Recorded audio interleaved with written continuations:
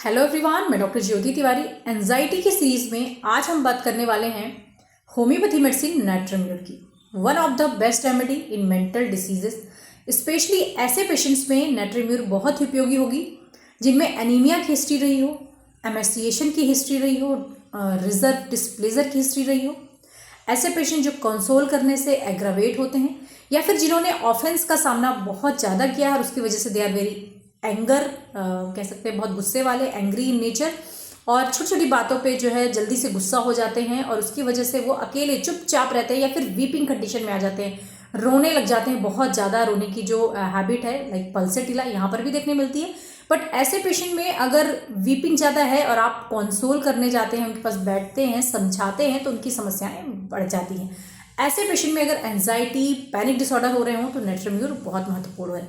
So friends, चलिए मैं आज इस रेमेडी के बारे में बात करती हूँ और स्पेशली एंजाइटी और डिप्रेशन में ये रेमेडी हमें कैसे हेल्प करती है उस बारे में बात करेंगे। So friends, welcoming you all. अगर आपने अभी तक मेरे चैनल को सब्सक्राइब नहीं किया है, this is right time to subscribe my channel. साथ में ही मेरे वीडियोज़ को शेयर किया करें सो दैट नंबर ऑफ लोगों तक हमारा जो वीडियो है वो पहुँचेगा, और साथ ही साथ होम्योपैथी का जो नॉलेज है, मेडिसिन की जो अंडरस्टैंडिंग है, वो भी लोगों तक पहुँचेगी।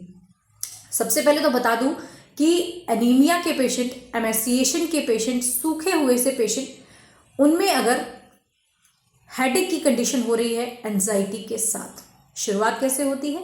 किसी भी बात की वजह से जहां पर बहस हुई, लड़ाई झगड़े हो गए और पेशेंट में एंजाइटी का अटैक हुआ और साथ में हेडेक की समस्या डेवलप हो जाती है।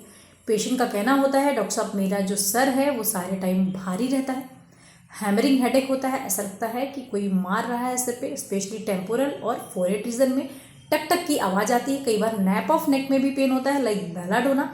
और पेशेंट का कहना होता है कि डॉक्टर साहब मेरा किसी से मन नहीं करता बात करने का, मैं अपने रूम में अकेले अंधेरे में रहना पसंद करता हूँ। रिजर्व डिस्प्लेजर होता है, किसी से ज़्यादा बातचीत करने से मुझे गुस्सा आता है और मेरा रोने का मन करने लग जाता है।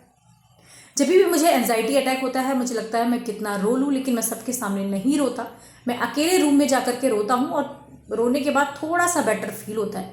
लेकिन अगर किसी ने मुझे समझाने की कोशिश की या कोई मुझे बोलता है कि नहीं सब ठीक हो जाएगा, परेशान मत हो, तो मुझे और भी ज़्यादा गुस्सा आता है। इस तरीके के सिम्टम्स में ये रेमेडी बहुत ही महत्वपूर्ण है। साथ में ही ऐसे पेशेंट में ड्रीम्स की अगर हम बात करें तो बहुत ही पिक्यूलियर ड्रीम रहता है। एंजाइटी डिप्रेशन की समस्या बनी हुई है और साथ में उन्हें डर लगने लग जाए, चोरों से डर लगे, रॉबर्स के ड्रीम्स आने लग जाए, घर में डकैती हो गई, घर में चोरी हो गई, चोर घुस गए, या फिर उन्हें कंटिन्यूसली इस बात का डर लगा रहे, वो डोर लगा रहे हैं, विंडो लगा रहे हैं, ठीक है। एक तरह का ऑब्सेशन होने लग जाता है कि वो हर समय चेक करते रहते हैं कि डोर बंद है कि नहीं, खिड़कियाँ सारी बंद हैं कि नहीं, कहीं कोई चोर ना आ जाए। इस तरह का मेंटल स्टेट डेवलप होने लग जाता है।